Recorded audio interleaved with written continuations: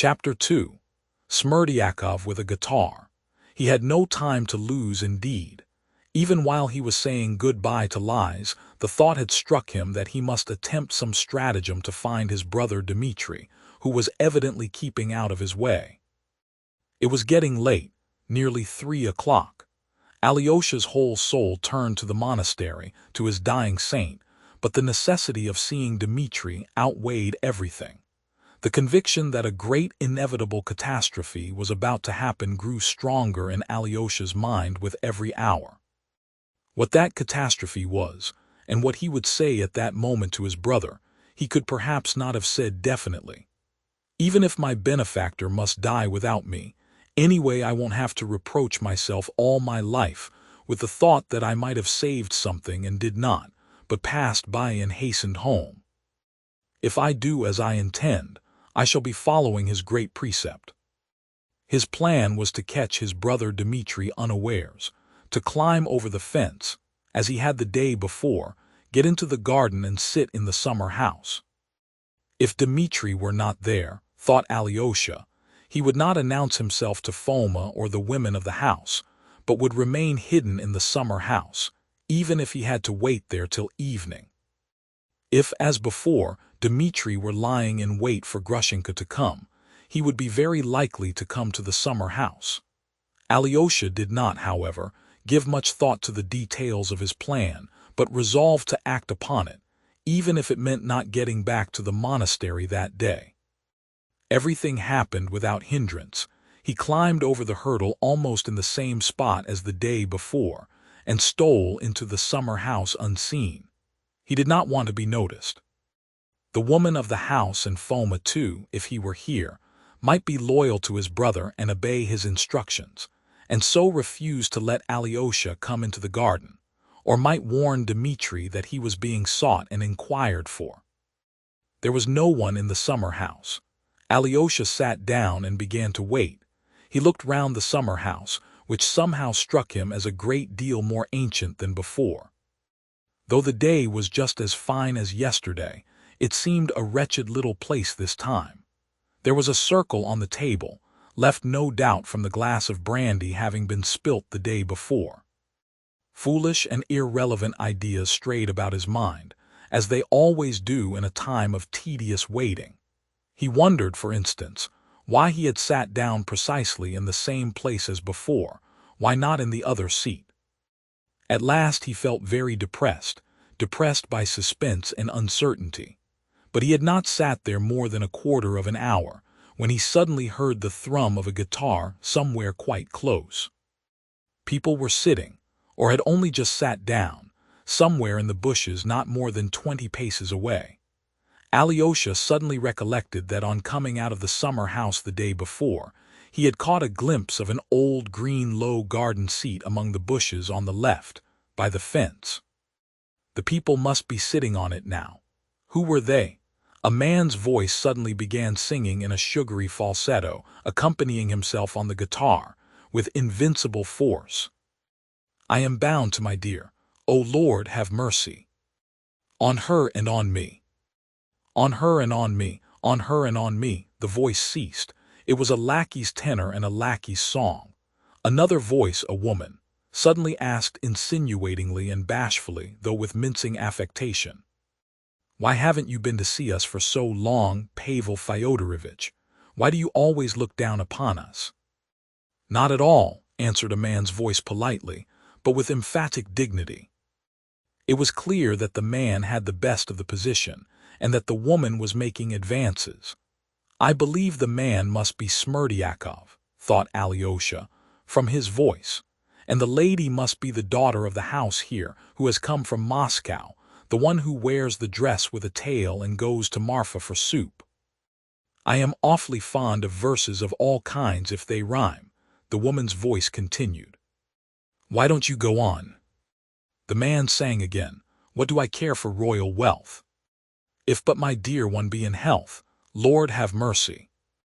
On her and on me, on her and on me, on her and on me. It was even better last time, observed the woman's voice. You sang, if my darling be in health. It sounded more tender. I suppose you've forgotten today. Poetry is rubbish, said Smerdyakov curtly. Oh no. I am very fond of poetry. So far as it's poetry, it's essential rubbish. Consider yourself whoever talks in rhyme. And if we were all to talk in rhyme, even though it were decreed by government, we shouldn't say much, should we? Poetry is no good, Maria Kondratyevna. How clever you are. How is it you've gone so deep into everything? The woman's voice was more and more insinuating. I could have done better than that. I could have known more than that, if it had not been for my destiny from my childhood up. I would have shot a man in a duel if he called me names, because I am descended from a filthy beggar and have no father. And they used to throw it in my teeth in Moscow. It had reached them from here, thanks to Grigory Vassilievich. Grigory Vassilievich blames me for rebelling against my birth, but I would have sanctioned their killing me before I was born that I might not have come into the world at all.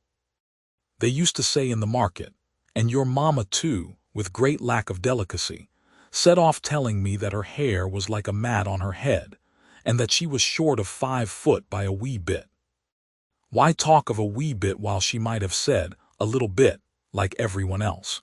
She wanted to make it touching, a regular peasant's feeling. Can a Russian peasant be said to feel in comparison with an educated man?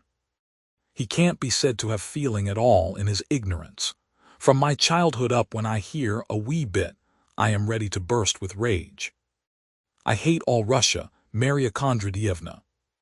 If you'd been a cadet in the army or a young hussar, you wouldn't have talked like that, but would have drawn your saber to defend all Russia.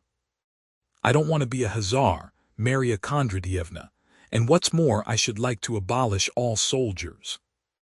And when an enemy comes, who is going to defend us? There's no need of defense. In 1812 there was a great invasion of Russia by Napoleon, first emperor of the French, father of the present one, and it would have been a good thing if they had conquered us. A clever nation would have conquered a very stupid one and annexed it. We should have had quite different institutions. Are they so much better in their own country than we are? I wouldn't change a dandy I know of for 3 young Englishmen, observed Maria Kondratyevna tenderly, doubtless accompanying her words with a most languishing glance. That's as one prefers. But you are just like a foreigner, just like a most gentlemanly foreigner. I tell you that, though it makes me bashful. If you care to know, the folks there and ours here are just alike in their vice. They are swindlers, only there the scoundrel wears polished boots, and here he grovels in filth and sees no harm in it. The Russian people want thrashing, as Fyodor Pavlovitch said very truly yesterday, though he is mad and all his children. You said yourself you had such a respect for Ivan Fyodorovitch. But he said I was a stinking lackey. He thinks that I might be unruly. He is mistaken there. If I had a certain sum in my pocket, I would have left here long ago. Dmitri Fyodorovitch is lower than any lackey in his behavior, in his mind, and in his poverty. He doesn't know how to do anything, and yet he is respected by everyone.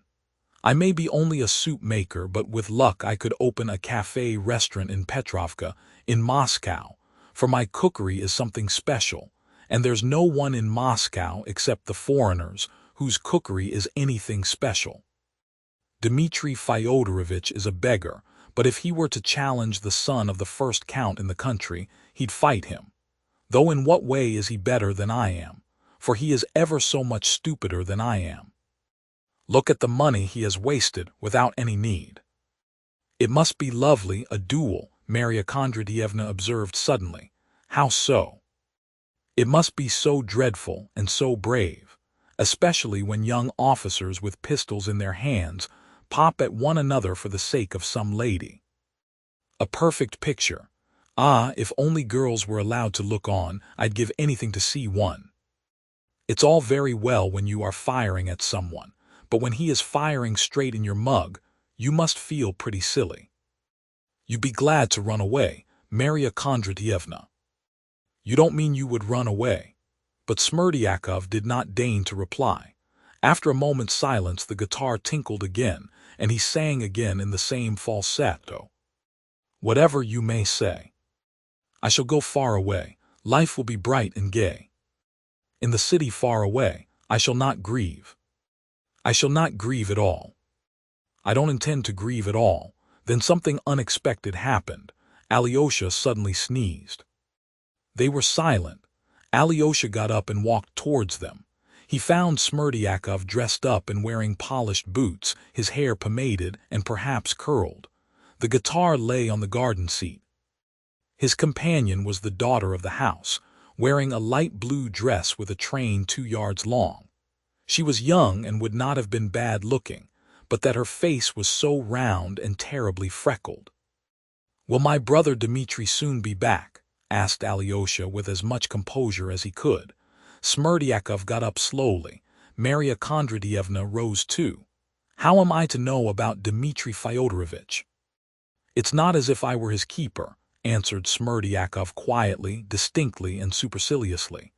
"But I simply asked whether you do know," Alyosha explained. "I know nothing of his whereabouts and don't want to. But my brother told me that you let him know all that goes on in the house, and promised to let him know when Agrafena Alexandrovna comes." Smerdyakov turned a deliberate, unmoved glance upon him. "And how did you get in this time, since the gate was bolted an hour ago?" he asked, looking at Alyosha. "I came in from the back alley over the fence and went straight to the summer house. I hope you'll forgive me," he added, addressing Marya Kondratyevna. "I was in a hurry to find my brother." "Ach, as though we could take it amiss in you," drawled Marya Kondratyevna, flattered by Alyosha's apology. "For Dmitri Fyodorovitch often goes to the summer house in that way. We don't know he is here, and he is sitting in the summer house. I am very anxious to find him, or to learn from you where he is now. Believe me, it's on business of great importance to him." "He never tells us," lisped Marya Kondratyevna. "Though I used to come here as a friend," Smerdyakov began again, "Dmitri Fyodorovitch has pestered me in a merciless way even here by his incessant questions about the master. 'What news?' he'll ask. 'What's going on in there now? Who's coming and going? And can't I tell him something more? Twice already he's threatened me with death.'" "With death?" Alyosha exclaimed in surprise. "Do you suppose he'd think much of that, with his temper which you had a chance of observing yourself yesterday? He says, if I let Agrafena Alexandrovna in and she passes the night there, I'll be the first to suffer for it. I am terribly afraid of him, and if I were not even more afraid of doing so, I ought to let the police know. God only knows what he might not do. His honor said to him the other day, 'I'll pound you in a mortar,'" added Marya Kondratyevna. "Oh, if it's pounding in a mortar it may be only talk," observed Alyosha. "If I could meet him, I might speak to him about that too." "Well, the only thing I can tell you is this," said Smerdyakov, as though thinking better of it. "I am here as an old friend and neighbor, and it would be odd if I didn't come. On the other hand, Ivan Fyodorovitch sent me first thing this morning to your brother's lodging in Lake Street, without a letter, but with a message to Dmitri Fyodorovitch to go to dine with him at the restaurant here, in the marketplace. I went but didn't find Dmitri Fyodorovitch at home, though it was 8 o'clock. He's been here, but he is quite gone. Those were the very words of his landlady. It's as though there was an understanding between them. Perhaps at this moment he is in the restaurant with Ivan Fyodorovitch, for Ivan Fyodorovitch has not been home to dinner and Fyodor Pavlovitch dined alone an hour ago, and is gone to lie down.